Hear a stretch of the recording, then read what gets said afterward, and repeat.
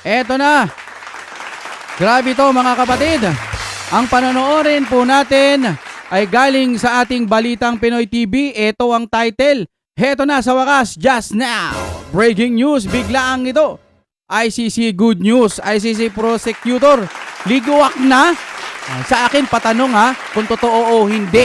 Malalaman po natin dito mga kapatid, hatid po sa inyo ng Fiber ni Juan, internet mo. Napakabilis at ang mura-mura pa. Tawagan nyo na, baka available na po sa inyong lugar. Pag Sunday po, sarado po sila pero screenshot nyo na lang. Swerte nyo kapag ka naka-avail kayo dyan dahil napakabilis at ang mura-mura pa. Alright, i-play na po natin!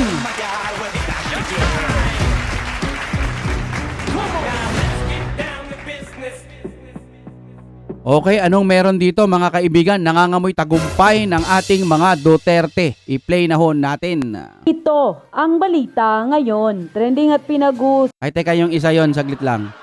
Ito. Ay, dahil dyan, sa kahihiyan ni Karim Khan na idinudulot nito sa ICC, napilitan na po sila na pababain na sa pwesto. Malamang hindi po kusa to.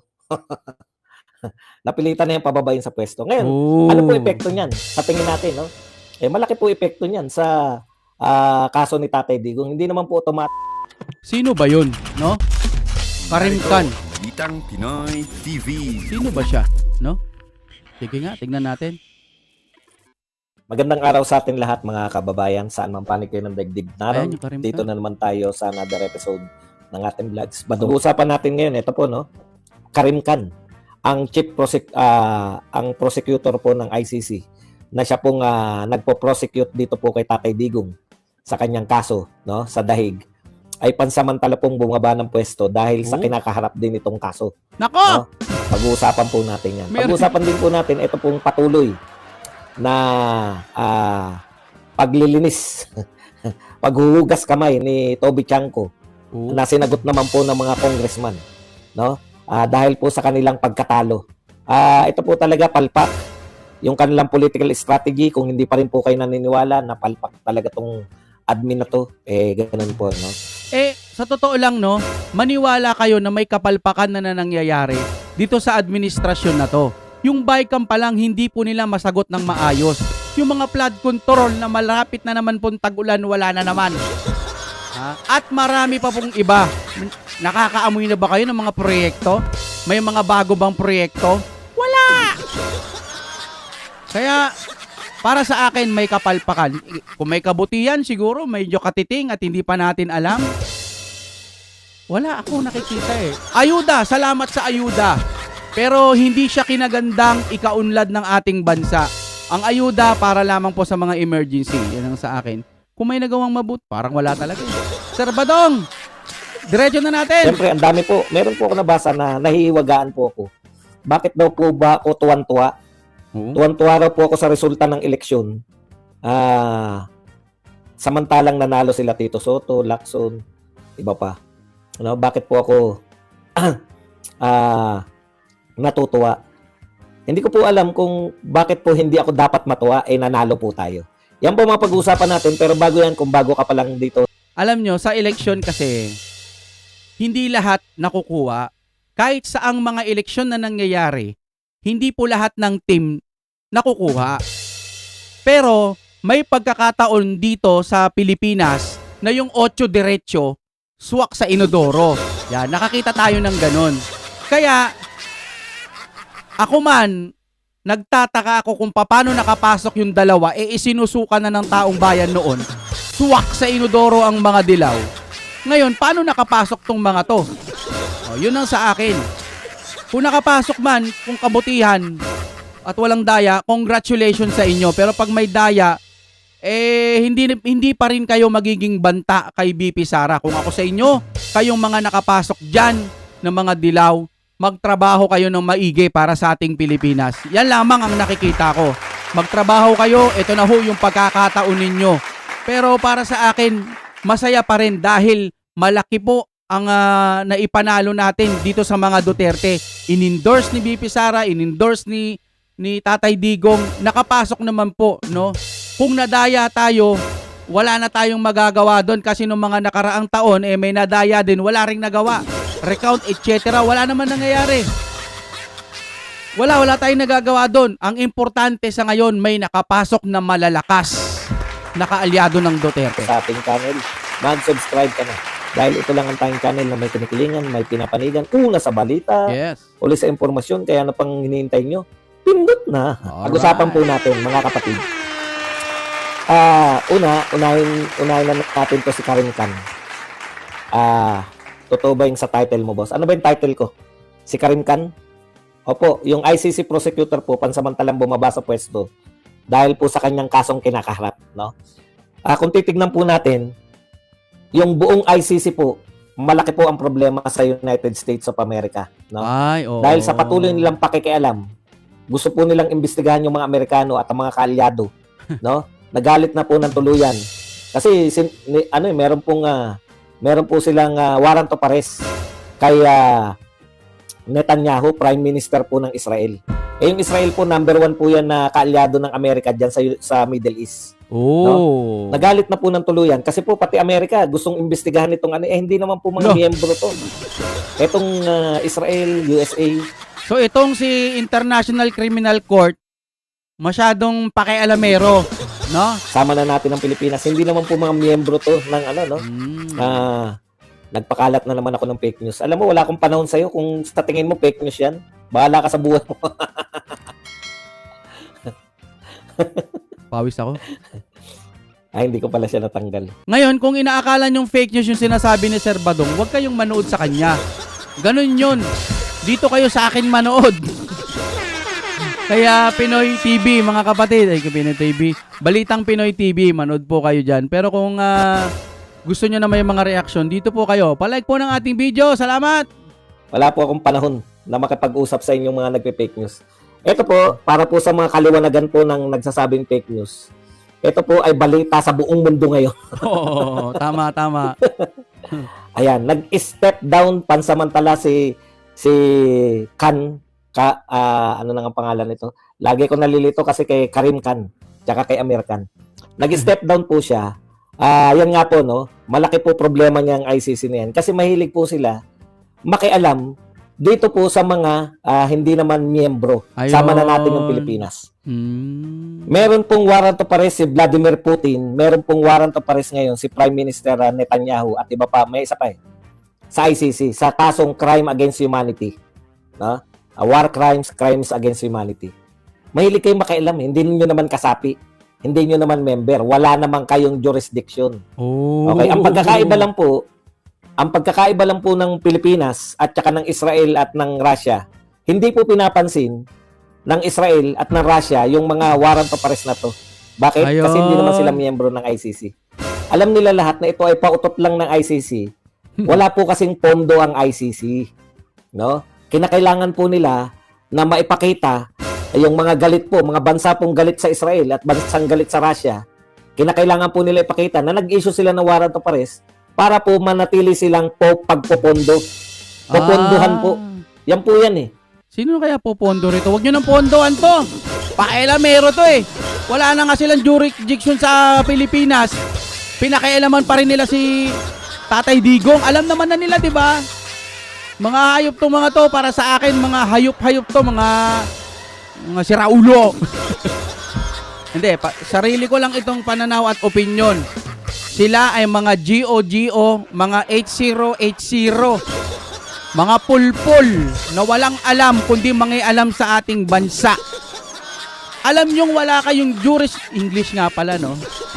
Di rin pala nila naiintindihan. Kayo na lang po kausapin ko. Alam nila na wala silang jurisdiction sa Pilipinas. Pinayagan pa rin nilang kunin nila si Duterte, ang ating Tatay Digong. Di ba, mga gago. Ayoko ng mga to, mga ICC. Ayoko yan, mga bulok yan. Umaasa lang po itong ICC sa pondo po ng mayayamang bansa. Okay. So kung mayayamang bansa po galit sa Israel at galit sa Russia, ganun din, galit din po sa Pilipinas. Pag nag-i-issue po sila ng mga warrant of arrest, ano po talaga to? Talagang, sige, okay pala kayo. Eto pondo nyo. Yan po yan eh. Fundraising po nila yan eh. Si Tatay Digong, bahagi po ng fundraising nitong ICC na to. Kasi hindi tayo kasapi eh. Alam niyo ibig ko sabihin? Ako din yun ang tinatanong ko. Walang jurisdiction sa Pilipinas. Etong mga nandito sa Pilipinas, gumawa sila ng paraan para ulihin si Tatay Digong, alam nilang walang jurisdiction. Alam naman talaga nilang wala talaga. Pero, ang dami nilang ginagamit ng mga salitang mga matataling, hindi naman matatalingaga, mga talitalinuan, para lang kunwari, illegal yung ginawa nila kay Tatay Digong natin. Ganon din po yung mga bobo nung sa ICC. Alam na nila na wala silang jurisdiction. Pareha silang alam na nila pero pinagpatuloy pa rin nila para pagtakpan yung kay Madam Lisa. Ang tino-tino ng Duterte ginaganyan ninyo.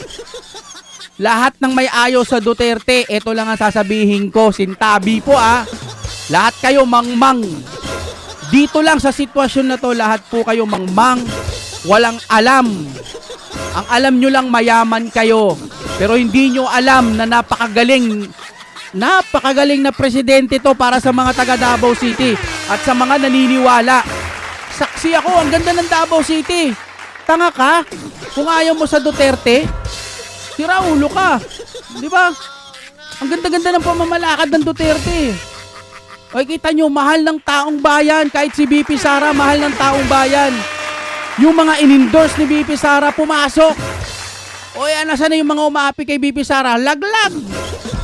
Makakapasok lang kayo, sa aking opinion na makakapasok lang kayo pag dinadayaan nyo ang mga Duterte. Teka, kalma. Naiinis lang ako mga kapatid Matagal na nilang ginagago ang Duterte. Biruin mo, sa administrasyon mo wala kang ginawa kundi siraan ng Duterte. Tapos ngayon, bagong eleksyon na naman, tatawagan mo si Dilima. Itong ICC na to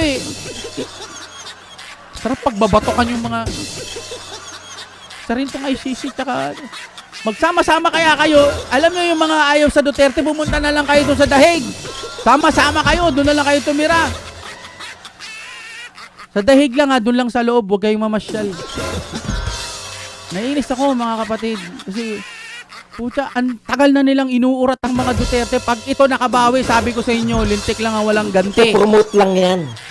Okay. Ngayon, kakaiba po dahil alam po yan ng Russia at Israel na sila ay ginagamit lang ng ICC para magkapondo. Pero ang Pilipinas, kakaiba po sa pamumuno po ni BBM, isinuko po natin yung dati nating presidente. At ngayon po ay naroon po sa ICC. Wala, weak ang presidente natin. Weak. Sabi ni Tatay Digong, weak. At ako naniniwala ako dyan base sa aking opinyon. Totoo ang sinasabi ng ating presidenteng Duterte. Weak si PBBM, walang magawa. Biruin mo, sabi ni Madam Amy, ang namumuno sa Pilipinas, Romualdez, tsaka si asawa ni PBBM. Aba, taragis kayo. Ang kakapal ng mga mukha ninyo. Dapat si PBBM ang masusunod. Ang problema, base lang sa aking opinion, kaya siguro hindi makapalag yun. Dahil pag pumalag si PBBM, baka ilathala, ibulgar yung mga nakatagong lihim ni PBBM. Yun ang nakikita ko. Kasalukuyan pong naging